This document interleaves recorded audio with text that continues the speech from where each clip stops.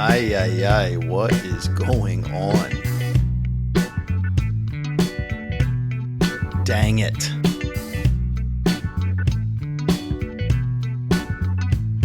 Never heard of them. You have no idea what you're talking about.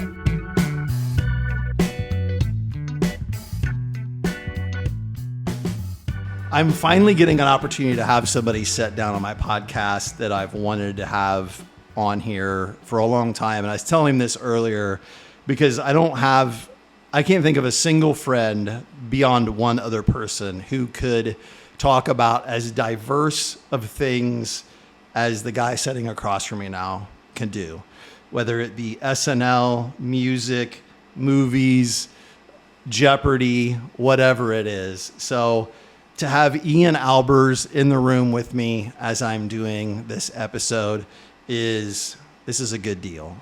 Ian, I'm glad that you're sitting here. Delighted to be here. And you could come over and have some Detroit-style pizza and some beers on a Sunday afternoon. So one of the things that I thought of, let's start here. And you totally don't know what I'm going to bring up because I'm going to throw this at you. If you're listening to this and you have no idea who Ean Albers is, Ian graduated from Illini Central in 2013. He and I met, I'm fairly sure, other than maybe when he would have probably come to Cougar Camp as a little boy. He was in my 6th grade class. That's the first time we really would have been around each other for an extended period of time. 6th grade geography class in Easton. Remember those days? Yeah, how could I forget? How could you forget? Bad teaching. He's not going to say that. I remember, and here's what I was thinking about yesterday when we were going to do this. That was the first year that we taught cross grade level. I'm just sure of it, that your 6th grade year was the first time that I didn't just teach 7th grade, that I taught 6th grade and 7th grade. I think that's right. I really do. Like, the numbers at Illini Central had dropped enough that was the first year we were going to teach cross grade level. And I'm teaching geography, which, to be honest, I hate geography. Like, it's okay to discuss it sometimes, but it's hard to teach. Because you remember, it was like multiple different textbooks, and they were all different colors. They were all like really thin. Do you remember this? Yeah, and you had the same issues as Geisler ended up having with trying to pronounce words and countries and rulers, and yeah, that's what I remember. Yeah, because it wasn't really it wasn't what I had been teaching up to that point. It was like something different, and it's not. I don't know. Geography isn't as interesting as learning historical events or things. Yeah. And Ian was one of those people who was really smart, still obviously really smart. He scared you as a teacher because he probably knew more than you did, and you would have questions and be like, I don't know what the hell the answer is to that. You and Andrew Ray in your class were the two people who would throw something at me where I would have to act like I had an idea of what the answer was. Yeah, knowing that now, I'm sure every one of those classes you're like, do I really have to teach these kids?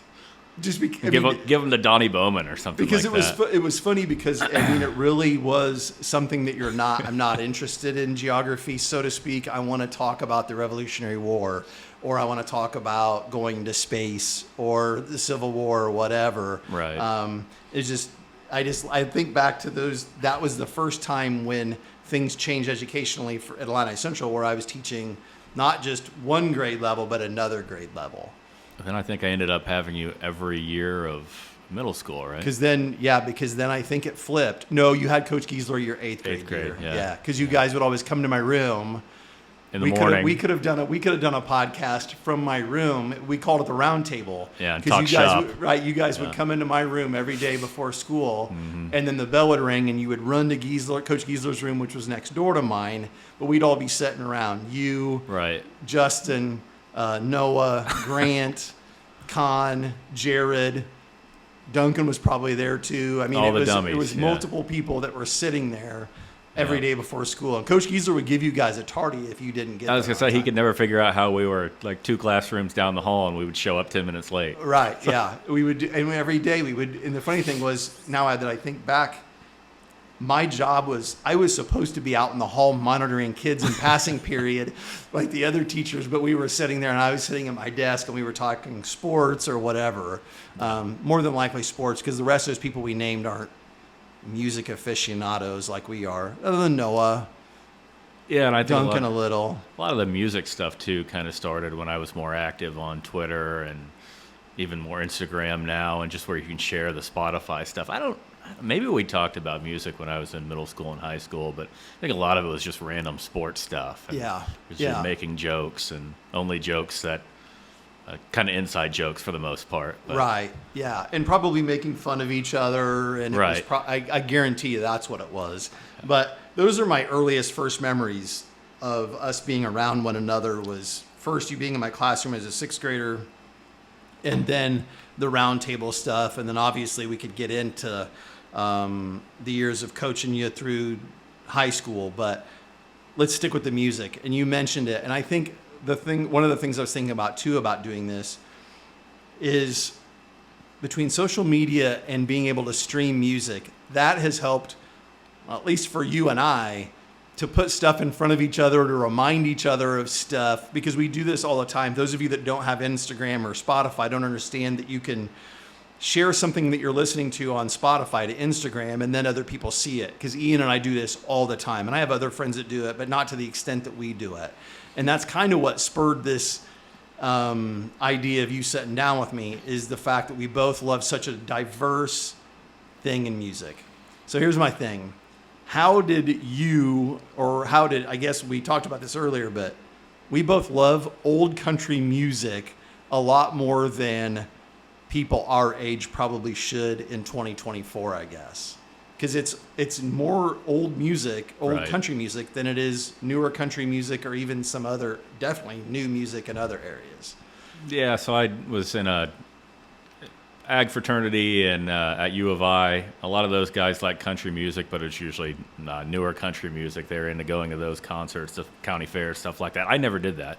But when I went down to law school in Carbondale, we started to kind of bar hop every once in a while, and we'd listen to just the music that was playing in places that didn't have touch tunes or anything like that. And you'd hear Conway Twitty or George Jones or Cal Smith, if anybody knows who that even is, and all these old singers, and you're like, this isn't too bad. It's completely different than now, but at least it has some kind of a story to it, and it right. might be drawn out, but it's definitely different than anything I'd ever heard. So that's kind of why I got into Waylon and all the outlaw country and stuff like that. And obviously you have a expansive knowledge of music, not just country, but so I think we kind of struck a chord there.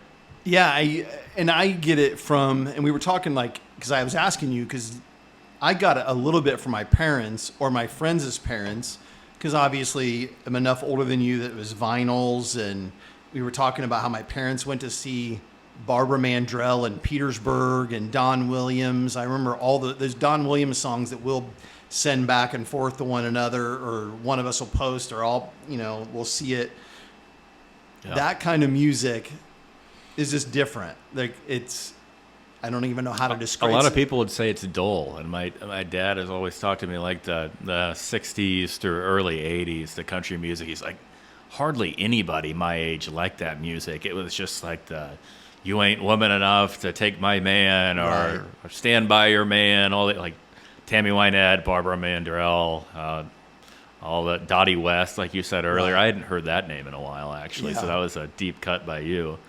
It was a kind of unique for me that I didn't get it from my parents or my grandparents. It was just kind of something that with my buddies down in school and bar hopping that we noticed that there was all these people that listen still to old music and that don't have touch tunes. They have like the corner jukebox that plays CDs. It's got its mix of old country, and then you see a Creed CD like Human Clay or something. Right, yeah. That they haven't. It tells you the dating of the jukebox, that they haven't had the CD switched out probably since 2001. But the funny thing about that kind of music, when you say that though, is because there's no real part in the songs where there's no guitar solo, or there's no it's just the lyrics carry it, and the music, the guitar, drums, whatever, piano, are kind of in some ways secondary to it.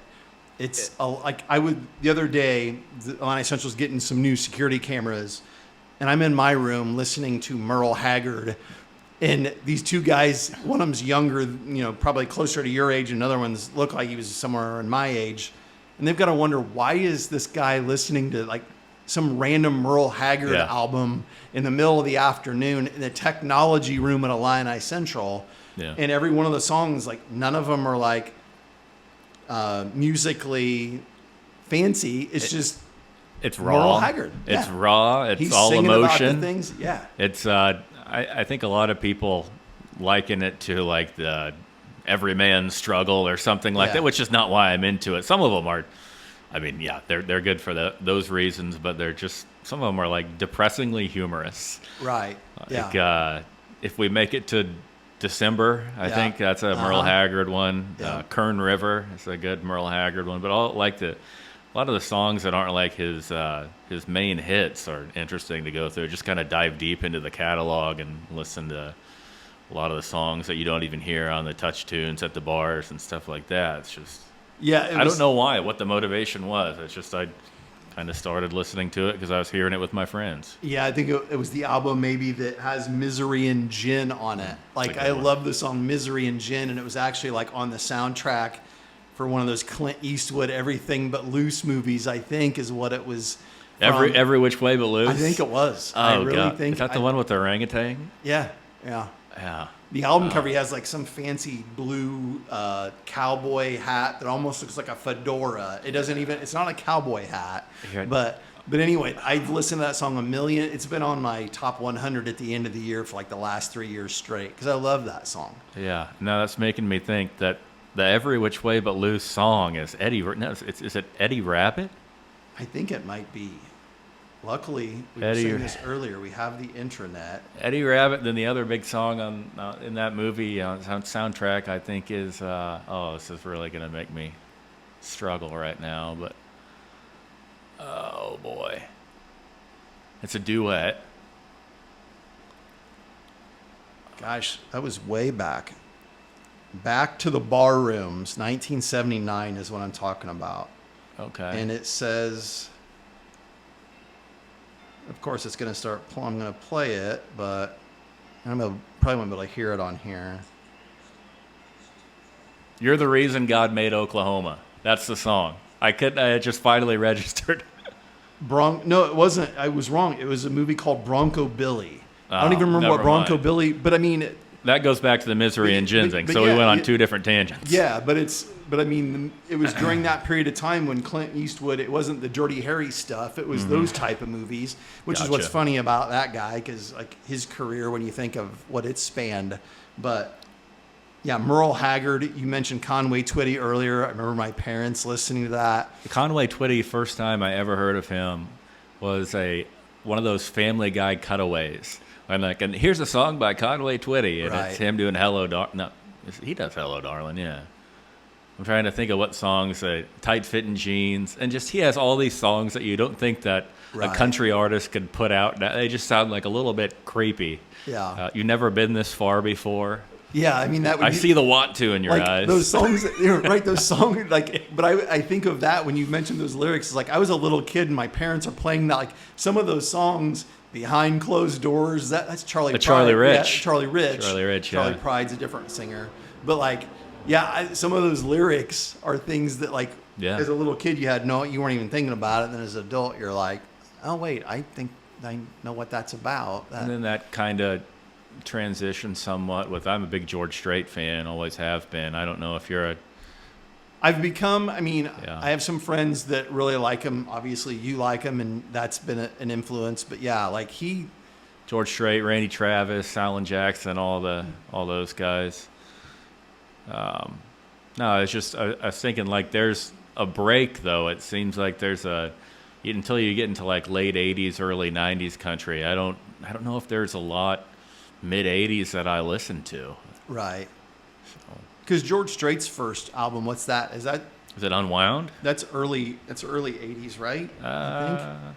Could be. I'm pretty sure. We talked I mean, about mid 80s. I mean, mid say, 80s. we talked about this outside, that you're going to be able to know all the albums and the years and. Well, I think of things that I probably would have listened to some, yeah. But it's funny because here's a podcast thing from one of the ones I'm going to post soon. Like Metallica's first album, you don't think of a speed metal band coming out in the early 80s, but like their first album was out long before a kid growing up in Table Grove, Illinois even knew what it was. Like we had no idea what that was. And not that I wouldn't have known what George Strait was, but if it wasn't played on WYMG or it wasn't played on WWCT out of Peoria, I wouldn't have known what it was. So George Strait's first 1980 Straight Country came out in 1980. I mean, I'm 9 when his first album would have come out. -15. Right, you would have been -15. But I mean, so he has some of that older country, because some of the ones that we're talking about, a couple weeks ago, I went on this Ronnie Millsap kick, and you messaged me about it because my mom and dad loved Ronnie Millsap. My aunt and uncle saw him in Branson, I'm sure. Yeah, Daydreams About Night Things. Yeah, Daydreams About About Night Things. Those, I mean, and the funny thing is, and I've talked about this too, my boys who are going to be 25 in about 3 weeks and going to be 23 in about 2 weeks, they listen to that stuff. Like they listen to Conway Twitty all the time. They listen to, Conway Twitty, they listen to Ronnie Millsap. They listen to that stuff all the time too. And George Strait's like, right, he comes along as some of those artists that we're talking about have kind of faded. Towards the end of their careers. Towards the end of their run as being really well known. Kenny Rogers, people like that.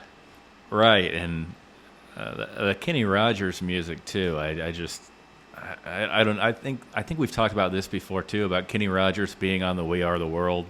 Yeah. And being like so inconvenienced by it that you can see him in the videos that they're like the behind the music or something like that. He didn't fit in or want to be fit in because it's like it's a humanitarian song. Right. He's standing between Cindy Lauper, Huey Lewis, and, and Michael Jackson. Right. And, but he made movies. Yeah. The Gambler was something else. His duets with Dolly Parton. And had a heck of a song, and I just dropped in. Right. Yeah, to see what not new edition, the first edition. To see what condition my condition was in. Right. And everybody, like the younger crowd, sees that song on Big Lebowski.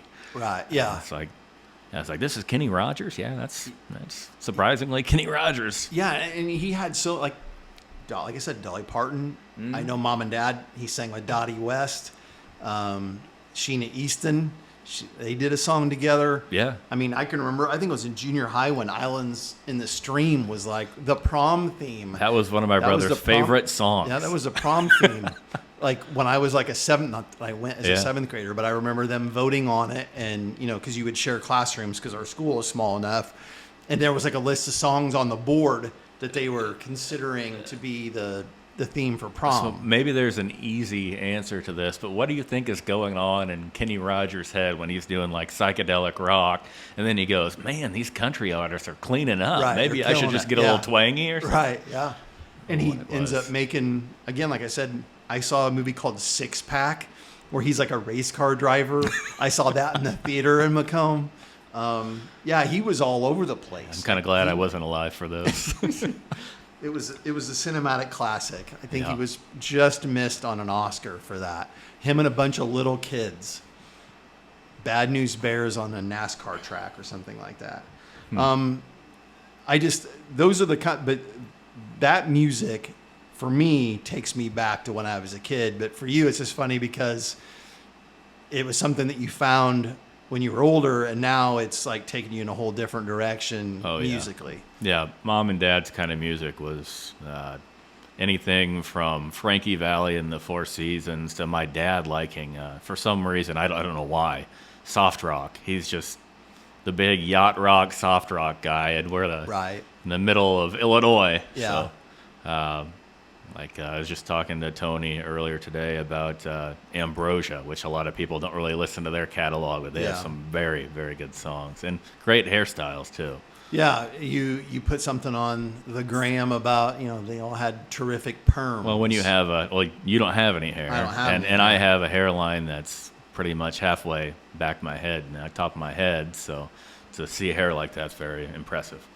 But question, completely switching gears, how did you get into rap and hip hop? The funny thing about that is, again, having grown up in the middle of Fulton County in Table Grove, the first thing I remember would have been Raising Hell from Run DMC. When it came out, that's 86. So that would have been the summer, the end of my freshman year of high school. So between my freshman year and sophomore year of high school. And we had no idea. Like, we didn't know what, the message is probably from the Sugar Hill Gang is considered one of the most popular first rap songs ever. You don't know what that is. Never heard that.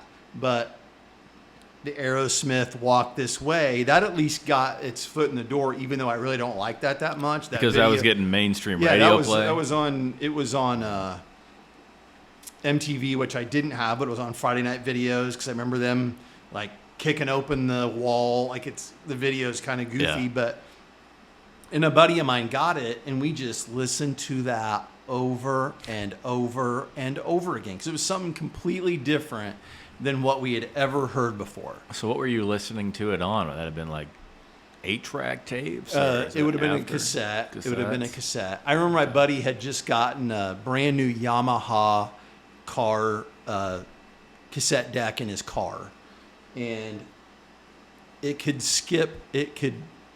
did this thing where somehow it knew, and you could hear it like fast forwarding through it, and it knew when it was getting where it came to the gap between the songs, and it knew to stop, so he could skip from song to song. Otherwise you'd have to keep hitting fast forward stop to get it, and you'd never so it'd skip on its own. Yeah, it'd skip on its own. It would know to go to the next one. And actually, in our garage, I don't know why we still have it, Rhonda's 8th grade present from graduating from the 8th grade was a little boom box that had the same thing. And you could pick 1, 2, or 3 songs. If you press the button, it would know to go 1 song. If you press it to 2, it would go 2 songs, because it would find that gap in between. But for every other track, you had to skip through? Yeah. If you didn't have one like that, like mine, it wasn't like that. Which you listen to this now and you're like, a Spotify or with the CD, it's easy to do it. Oh, yeah. But like, I would wear cassettes out, because you back, forth, trying to find just the right spot. And I just remember when he got that car CD player, we would listen to Blizzard of Oz from Ozzy Osbourne, because Crazy Train at the time it was popular, but that was a really good way to test out your stereo, because it was really, really loud. Yeah. And I remember we would listen to that, and then we were listening to that around that time, and then all of a sudden here comes Run DMC, and that kind of changes the world everything. Got turned upside down. It changed everything. Yeah. So you're a big Beastie Boys fan, right? Yeah, and that probably started later, like, License to Ill came out around that time. Fight for Your Right to Party. I mean, who hasn't seen that video? And you would have been what age for when you were fighting? That would have been around that same ballpark, like okay. 85, 86. Yeah, so like freshman, sophomore. Yeah. I can't remember if I had that on a 45 maybe. Perfect timing. I don't ever remember having that like as a cassette, the whole thing. And their second album wasn't as popular, so I don't remember anybody that I knew having it. But then like in the early 90s, when Check Your Head came out and So What You Want came out, that was like a big deal. And then after that, you just listen to whatever they put out. So the first album that you can remember, though, rap-wise, would have been the Run DMC album. Yeah, that was the first thing I ever really remember having.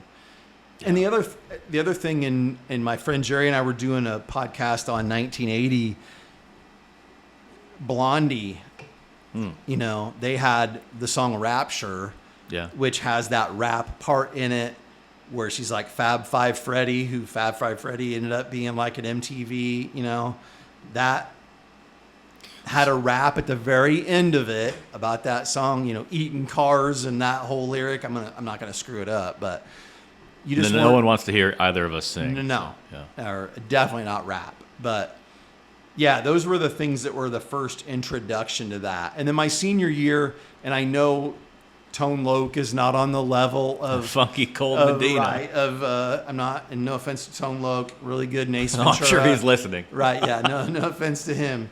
But like, his Loped After Dark came out in the spring of my senior year.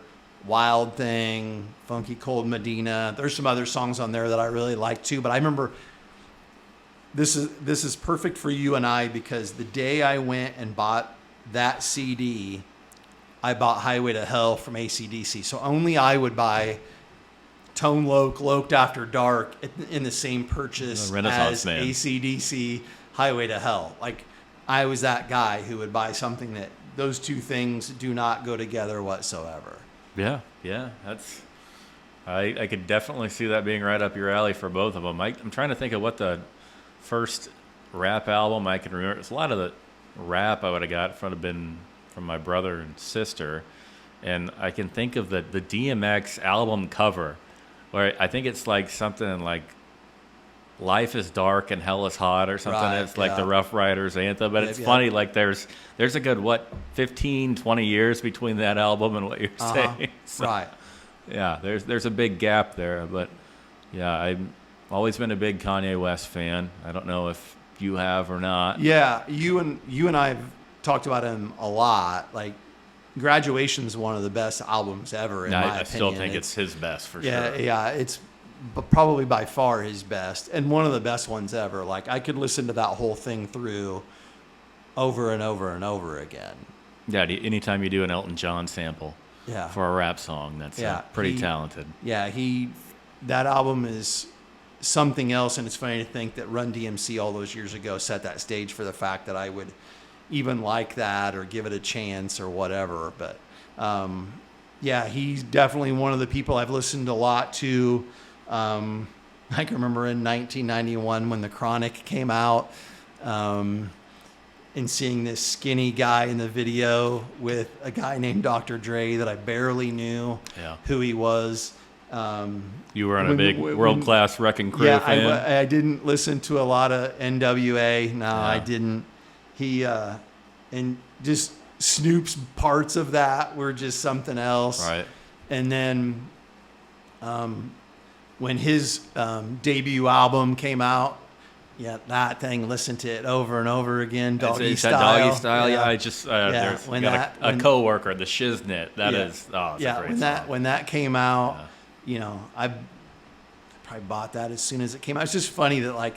And when, how old were you then for that album? I think that's 93, 94. I think it's 93. So you weren't with the parents or anything like that? No. Yeah, I would have been married. I would have been 22. I was going to say that was not an album I would have wanted to take home to mom and dad. Right. Yeah, I was 20. I was 22 when that came out. Yeah. If I'm right about 93, that was 20. I was 22. Gotcha. And listened to that all the time. The other day, I was up here working on the room that you and I are in right now. And Gin and Juice came on. It's just fun. And you're just banging your head there, bouncing your head the whole time. I just remember listening to that on my Sony Discman, which I had to plug into the cassette player of my Chevy Cavalier and hope it didn't skip. Like, that's, we talked about streaming earlier. That's what's so funny is, how far we've come in that. But that would have been something. Even with streaming, I mean, I can remember when you were always, you've always been Spotify guy. Like, I know there's a time where it used to be Pandora, and everybody, oh, come on, Wherley, you got to come over to the good side. And now no one listens to Pandora, I don't think, anymore, besides like businesses. I remember Sam Means telling me about it, and Sam told me about Spotify, so I got it at the beginning, even with commercials, before we paid for it. Sam works for Apple now, so I'm sure Sam uses Apple Music. But and that's one of the things I thought we could talk about too, because again, this is why it's fun talking to you, because it's like all over the place. There's no like topic. And I know that there's a lot of artists that talk about, they're not making enough money off of it and whatever. I find you, and I bet you do too. You're finding artists that you would have never found if it wasn't for that access to find it. Oh yeah, How you can easily find something on there. There are artists I've listened to. A buddy of mine mentioned a band called the Alabama Shakes. I don't know if I find the Alabama Shakes in the middle of Fulton County if I don't have a streaming service. I don't know if do you find Coulter Wall if there's not a streaming service where we live? The only way I would know of him would be through friends that listen to that same kind of music, and you lose touch with them. Then I mean, yeah, Spotify, especially like the tailored playlists like they do, or whatever they call like playlists for you. I always was annoyed by that, and now I'm sometimes still annoyed by it if I'm listening to something that I would rather not hear stuff outside the playlist. But there has been actually a lot of new artists that, especially country-wise, that I've started listening to. And they're not like new bands or anything like that. It's just like, I think Jason Isbell's bands, then Patterson Hood, and some of the more like, I don't know if you'd call it alt country or just the country from about 10, 15 years ago that I just didn't listen to. Right. And like you have no way of finding it because of where we live. They're not playing it on the radio. Right. You know? Like I wasn't listening to Chris Stapleton when he was with the Steel Drivers. So that's and those albums now, I listen to them all the time. I'm like, I wish I would have known about this when I was that age. So. Yeah, and I think of it like I mentioned the radio station from when I was a kid. I remember listening to WIMG, which is still a thing in Springfield, and something called WWCT out of Peoria. It was 106, but it was actually like 105.7 later on. And then there was one out of Peoria also called KZ93, which played more pop music. It was 93.3. So you're going to get more of your pop music on that one, and the other two are very similar. And the thing you would do when you went to VIT was you would get their sticker, and you'd put them in your windows like it was a thing. But if they weren't playing it, you weren't hearing it. I lived in the country. I didn't have MTV. You had maybe a record store in Macomb? Right, yeah, and they'd be playing music, but like if you just happened to be in there when they were playing something. And we actually had a couple really, really good music stores. One of them was legendary in Macomb. But you weren't going to hear it. Now, I got Friday Night Videos, which was on NBC, and we would record it with our VHS and wake up the next morning and watch it. But you're talking Michael Jackson, George Michael, Van Halen, Cyndi Lauper. We're not getting deep cuts of different things back then. So you weren't hearing stuff to where now, because of Spotify and Apple Music, you can find things that we would never ever have any opportunity to find. And you can be a band like from around here that you can, I don't know what the process is for getting your music on the platform, but there are a lot of bands actually from Peoria area. There's one of them, and I think they're called Gray Slush or something like that, that a guy that used to bartend at one of the bars that I'd go to, and he has all of their catalog is on Spotify. Yeah. Well, that's what's funny is I can put this on Spotify. So, I mean, it's, and crazy. Like we can find things that we would never have been able to find, and you can go down a rabbit hole on that, because that's one of my favorite games to play on Spotify is to go to related artists. Like, we said Coulter Wall a minute ago. You go to his related artists, and that's going to take you to it's going to take you to maybe 15 other bands or artists who are in his wheelhouse that you're never going to hear. You're not going to hear them. The first Coulter Wall song I heard, and this is just when you said that, it was a cover of Bobby Helms' Fraulein. I think it's, the song that I'm talking about. I think so. And I was just like, oh, okay, well, this is different.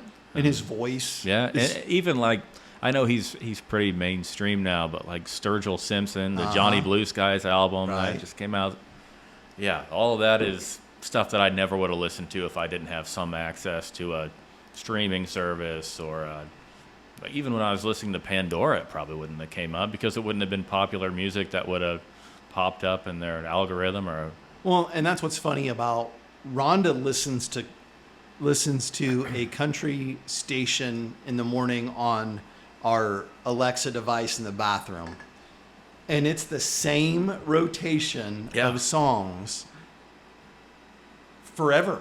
Right. Like, I've heard Fast Car which I heard a million times when it came out because Right. I had the cassette from Tracy Chapman in 1987. I've heard that song. So your ears are bleeding every time you hear it. I can't stand it. Yeah. Or then you'll throw in Chicken Fried from the Zach Brown. Like, I mean, And that was a good song at the time. right, and it's been ran into the ground because I'm not going to be getting ready Beat for like a work. redheaded I'm not getting stepchild. ready for work and hearing Yeah. the stuff we've been talking about, those other country artists that nobody's even heard of. Right. Because that's not what they're doing. But I can find that stuff on one of the streaming. And I get it, so and so. But the funny thing is the people who probably aren't making enough money off of it are probably the people that don't need the money anyway. Yeah, and I think the ones that are putting their music on it, that are playing little hole-in-the-wall bars and are just trying to start up, they have other ways that they're going to have to be grinding anyway just to Right. get that Yeah. that exposure to actually get some kind of a record deal. Like there's a guy that would always play down at PK's, one of my favorite bars in Carbondale, that he's actually doing some, like, I don't know if it's backup would be, or if he's like a studio musician or whatever they're called, but he actually got some exposure off of Instagram and now has like a permanent gig, or I don't know, maybe like half the year or something in Nashville. I still kind of keep in touch with him, but I think for as much as we like to say that all this information at our fingertips and having all the social media, everybody expressing their opinions, like of course we're doing right now, Right. it's been very helpful for a lot of the up and coming artists, like the guy I mentioned. So. Yeah. And I'm sure that, and again, I'm not saying that like the money they make from Spotify is equal to if they sold, Right. 100,000 CDs, but it's just, I'm not. The people that are complaining shouldn't be the ones complaining. It was like probably, I don't know a whole lot about this, but I think South Park or some show made fun of, was it Metallica and Napster? Yeah, right. Yeah. When Yeah. that stuff was all happening. Yeah. Yeah. Yeah.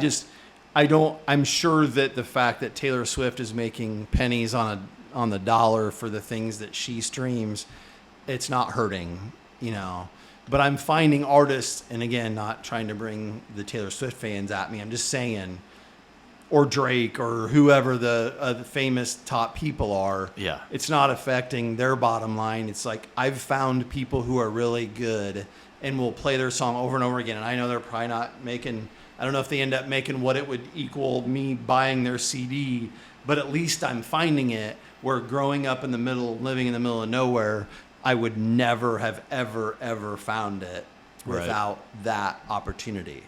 I think of a guy named Charles Bradley who's passed away since. Really good singer, covered a song called Changes by Black Sabbath, Dylan Hole, and I listened to this guy. I'm not hearing that. I'm not hearing that on a radio station around here. Charles Bradley, if you've never listened to Charles Bradley and you're listening to this, look up Charles Bradley. Changes is the song, and it's a cover of it's funny, he's singing an Ozzy Osbourne Black Sabbath song. It's amazing, but like I'm not finding that if it's not for the streaming services, and I'm not obviously sponsored by them or nothing. It's just, And the radio stations, I mean, it's not really their fault. They have a formula that works for them, and it's worked for. YMG's playing the songs they played when I was a kid. Right. And it's working because people want to listen to that. And that's fine because I listen to those same things you mentioned 38 Special earlier. Yeah, those are songs that you're going to listen to forever because they're good. Right. They're good songs. They're not going to branch out one day and go, hey, I'm going to throw this out at you, So very bad segue, but it's been in the back of my head from earlier. Mom and Dad listened to, I believe it was Burt Sugarman's Midnight Special and American Bandstand.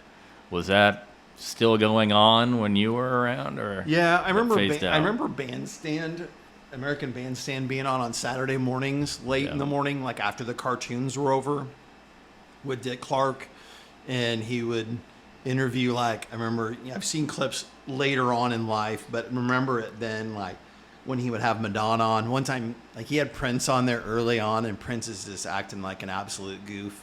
And by the way, Prince, if you've never listened to one of these before and you're listening to it now because of this one, Prince is the Your greatest favorite of all time. Like, Yeah. I mean, Pink Floyd is my favorite group ever, and Led Zeppelin's a close second, and I like all these other things.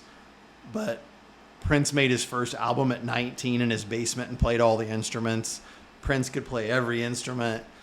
This could be a podcast all about Yeah, Prince. I mean, Prince is just... And I would have nothing to offer. Yeah, and he's just something completely different. But I mean, you could tell he was trying to be a little bit out there to get attention. Yeah. And yeah, I remember watching it. I remember watching that. And I remember watching Solid Gold on Saturday night. I remember eating supper and Solid Gold would be on, and they had the Solid Gold dancers. And they played just snippets of songs. You're talking like 6:30, like the news from 6 to 6:30, and then 6:30 to 7 was that, and then they'd go into the regular broadcasting. That is when Solid that. Gold was on 6:30 to 7? Mm-hmm. It's an odd window for... Yeah. To be like after the news, and then you would go into your regular stuff. Yeah. I remember sitting, we had a weird setup in our kitchen at the farm, but yeah, I remember watching it. We always had a TV in the kitchen. Maybe that wasn't a good thing, but yeah, we would always sit there and watch TV.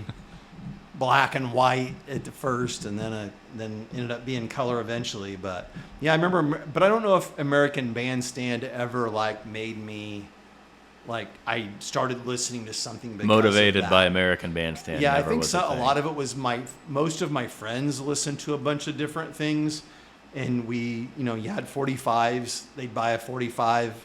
45s were really big when I was a kid. Did you have many friends that just had I don't want to say off the wall taste because I'm kind of teeing this up for one of my friends, but I can remember when Noah Kirby had moved to town, and he'd already been in town, but he started going to school with us, and he was big into grunge and kind of even at the time odd to me alternative bands, and it's I didn't have many friends that didn't listen to the radio or listen to the same thing that I listened to. Then he rolls into school and is the weird guy that everybody knows him as. And So you've seen Footloose, right?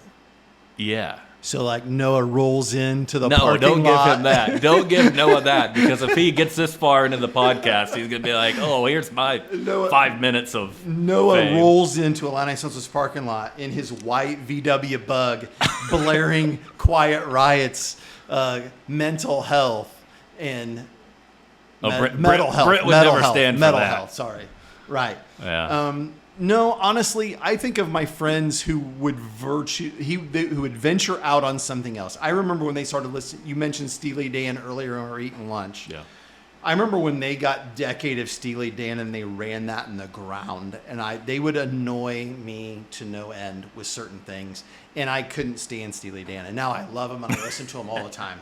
They started listening to the Doobie Brothers, and I couldn't stand it because they ran it. They just ruined it.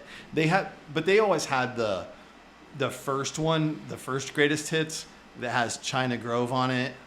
I like the other one that has What a Fool Believes, Minute by Minute. But anyway, they ran things in the ground. My buddies, De La Soul, they ran that in the ground. But I didn't really have any friend that was playing something that led me way out of my comfort zone until Rhonda got to college. Rhonda's roommate at college, Rhonda's 6 months older than me, so she went to college during what would have been my senior year.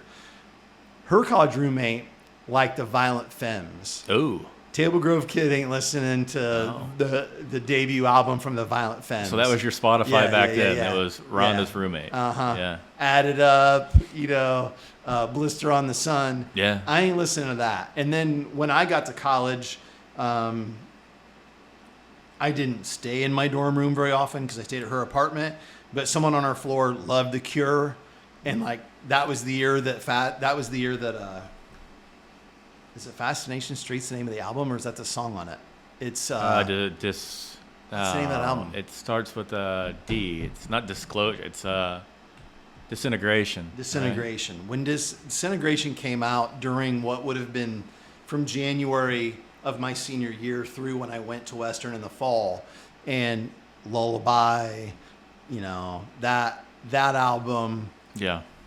guys listening to that. There was a guy that was next door to us that had a Cure poster. Is that pictures of you on that too? I think it is. I'm right? not sure. I think it is. Well, Fascination Street's definitely on it. Fascination Street, Lullaby, Love Song is on it. Disintegration is a song. I think it's a long one. Yeah, because we weren't listening to that.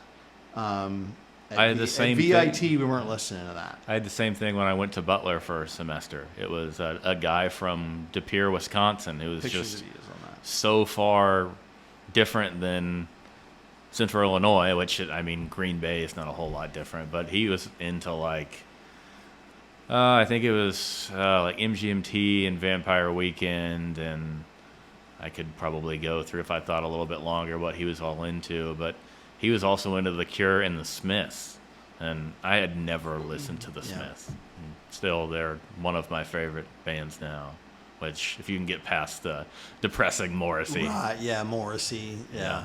Being a bummer about everything. Everything, yeah. Life in general. Yeah, because my friend Chad, who's my age, he liked them, and he probably liked as many things that were out of the normal Table Grove VIT window as anybody. Like, he loves Nine Inch Nails. He was always, he liked, I'm not comparing Nine Inch Nails and NXS, but he was in NXS before anybody else was in NXS. Fan, yeah, because I love NXS. He and I are going to shoot one of these coming up in August about NXS. Like, the rules are no, you can't have anything that charted. You have to pick. Oh, wow. You have to pick NXS songs that nobody would know, and there's some good, really, really good ones because I really like them. But he was the person that liked stuff that I hadn't been around. I think a year ago tomorrow, Ron and I go to Jamaica, which reminds me of Bob Marley. I don't know who Bob Marley was either, really. Maybe I Shot the Sheriff, but if you knew it, you knew it was coming from. You were hearing Eric Clapton, you weren't hearing that. And I was working with some guys at Western that really liked Bob Marley and started listening to him. So it was good to get to Western, even though I didn't make a bunch of friends or wasn't around a bunch of people that listened to things that you didn't, because just opened you up to a different world. Yeah, you just didn't listen to that. Yeah. Well, and I'm sure I've told you this story before about when we went on vacation the summer between my 8th grade year and freshman year out to Pennsylvania, about 2 hours from Philadelphia. I had an aunt and uncle live there. And they had kids that were roughly the same age as my sister and I.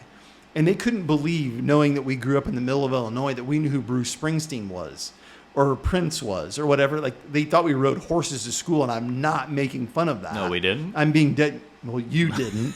I know you didn't. I saw. But, like, we knew that. I mean, we knew those things, right. But we weren't finding other things that... Yeah. It just wasn't being played on the radio, and the what was the top of the charts was what we were hearing. Back to Kenny Rogers. Those artists in We Are the World, those were the people we were hearing because they were the most popular people at the time. Yeah.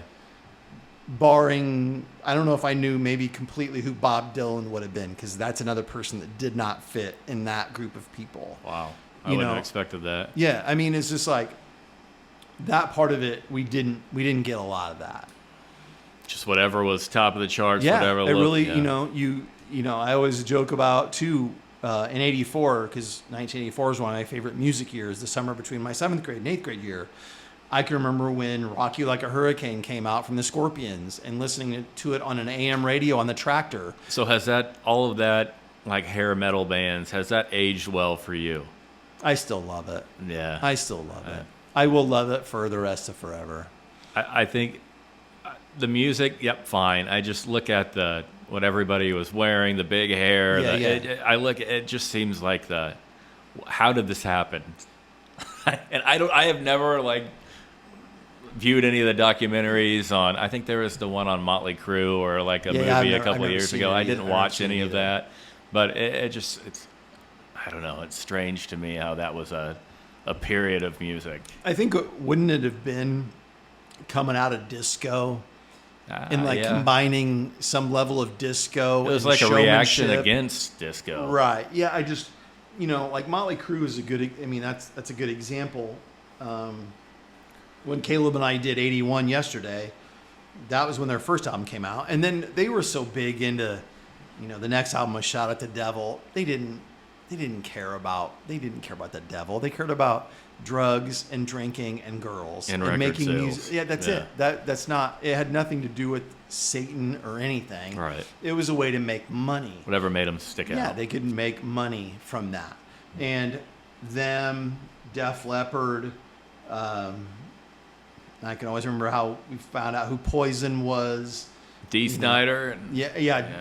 Twisted Sister was before that. MTV helping everything out too. MTV changed everything. The more wild they could do for music changed videos. Everything, because you would sit and watch that for hours. That was our Spotify. Do you remember the first day or night of? It was little I know of MTV, but like the first time. Would you know the first time that you watched MTV? One of my good friends, his parents had a lot of money, and they had a satellite dish. Yeah. So we could watch things on there, and that was one of the things that you could watch. You paid for the dish. You didn't pay for the channel. You paid for the dish. You pay $1,500 for a dish. You've got all the sports channels. You got WGN. You've got MTV, and it was like something else. Wow. You watch music video. You'd watch music all that Friday night videos that I was talking about that I could record and watch the next morning because I wasn't allowed to stay up and watch it because it was 10:30 to 11:30. Yeah. You get up the next morning and watch it when you're a teenager. You're watching it all day long. And then when Rhonda got to Western, or when I got to Western, and you didn't have any of that at my house, hard to not cut class when you were sitting there watching this Brave video. New World. Yeah, it's where you first saw Nirvana. You first saw Pearl Jam. Yeah. The first time I ever heard, I'm just thinking of videos that I had seen, like the band Tool, that, their videos were totally different than anybody else's. And that's who you knew who Carson Daly was. And, you just... So how'd you get access to, probably through MTV, I would think, but like the early, or did you even listen to like that early grunge stuff before it was, I guess, exposed on MTV? You didn't, or did anybody in this area? I guess how would they have had access to it? I found that stuff. I found them through MTV. Like I found Pearl Jam through Alive was their first one. Yeah. Pearl Jam 10 came into your world when Alive was on MTV. So you weren't listening to like Mother Love Bone or no. Okay. And then you didn't know, you got Smells Like Teen Spirit, obviously the video, you run and get that. Yeah. Smashing Pumpkins and Stone Temple Pilots, if you want to put them in that category. I know some people wouldn't consider them to be on that level, but like I went to that famous Macomb famous record store and saw the CD case, which is probably sitting in the room behind us. I saw an album from a band called Smashing Pumpkins, and I'm like, that's a cool name. And I had expendable money because I'm just burning through my cash, and I bought it, and I loved it. I mean, they ended up being one of my favorites from that group. Pretty sure Outshined from Soundgarden was the video. Yeah. And next thing you know, you're buying that. And Man in the Box was probably the first video from Alice in Chains, but now you know how much I love Alice in Chains. Yeah, and I didn't buy it. I didn't buy Facelift. Yeah. My best man at my wedding, Jason, he had the cassette, but Dirt would have been the first Alice in Chains thing that I bought. And I'm with you. You rate voices. If you had to pick a voice, I saw it on Twitter. Yeah. You had to pick a voice. Cobain's, it's Lane Eddie Staley. Vedder's, Lane Staley, or no, actually it was Scott Weiland too, yeah, or it was, Chris it Cornell. Was Cornell's one of them. Yeah, it's probably and Lane him. Staley wasn't one of them, but Yeah. Lane Staley's the one I'm taking all day, every day. Yeah. I think vocal range is Cornell easily, but just something as far about as Lane, personifying that kind of music, it's Lane Staley. Right. And Mad Season, you and I both love Mad Season, and River to Sea is probably maybe my favorite grunge song. And I probably don't find Mad Season until I go have Spotify at U of I.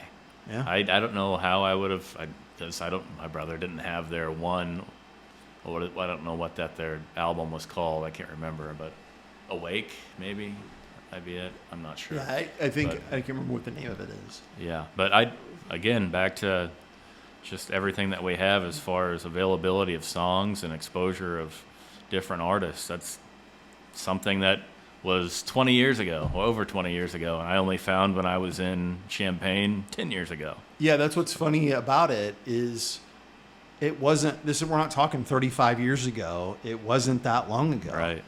You know, this will be the start of my 22nd school year at Illini Central. And when I got here, I was still ripping MP3s off of CDs to have something to listen to. Yeah. You know, YouTube wasn't even around. Like, you didn't even have that as an option. So that's where it's completely different in terms of what kids have it better today, clearly better today than what I had it. I mean, it's not even close.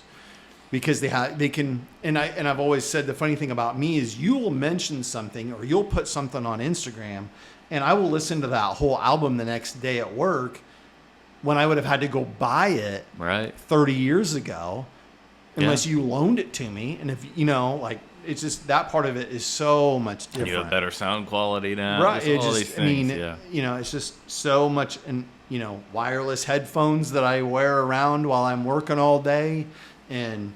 But yeah, back to the grunge thing. Yeah, it was funny because that time I can remember when Warrant, I remember buying Dirty, Rotten, Filthy, Stinking Rich. Ugh. And then, not even a year later, it's all completely different. It all changed. Yeah. It all changed. And I can't. And that's the only time in my life that I remember it changing like that. Yeah, I can't think of anything in my life where popular music just changed really quickly. Besides, there was from I would say 13 to maybe 17 or 18. There seemed like there was a lot more EDM in the top of the charts, and I don't know what the reason for that was, but I guess too there was. If you do the post-grunge music, there was a pretty hard break, I would think, from the Creeds and the Nickelbacks to, I think so many people got tired of that kind of music that they went away from that pretty quickly. But I can't think of many popular post-grunge bands now. But maybe it's just because I just don't listen to that kind of music. And it's I don't even know what it went to after that. Maybe it didn't even go to anything. Maybe you just went rock. To listen to you listen to all different kinds of things. Yeah.